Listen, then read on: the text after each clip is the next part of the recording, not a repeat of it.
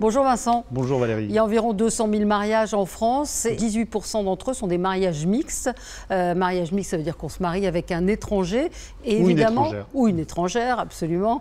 Ça veut dire que ça a des conséquences en matière d'héritage, puisque la loi n'est pas la même partout. Alors il y a les mariages mixtes et puis aussi la notion de vivre à l'étranger.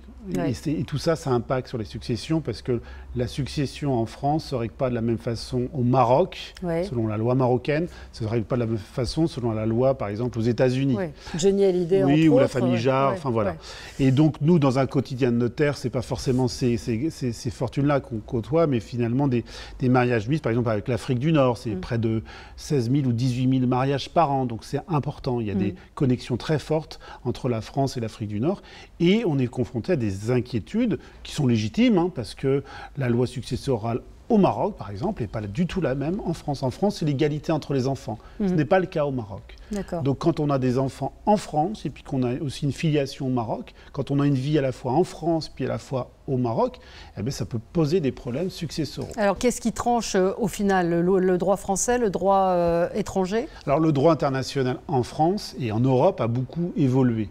Et par exemple avec le Maroc, les liens sont suffisamment forts et donc les cas sont prévus, les réponses sont prévues. Mais de façon générale, je conseillerais même aux auditeurs, aux téléspectateurs, c'est de préparer ça dans un testament. Clarifier dans un testament la loi applicable. Et si ce n'est pas le cas, on va chercher la loi du dernier domicile, de la dernière résidence du défunt au moment de son décès. Et ce sera donc, s'il meurt en prenant le Maroc au Maroc, ce sera la loi marocaine. S'il meurt en France ou elle meurt en France, ce sera la loi française. Oui, mais s'il est au Maroc, on va chercher à savoir si c'est la loi quelle était sa résidence habituelle. Et si on n'arrive pas à le trouver, il y aura un renvoi aussi vis-à-vis de la loi française. C'est pas simple et il faudrait que les gens retiennent, préparer les choses dans un testament. Merci Vincent. Merci bien, au revoir.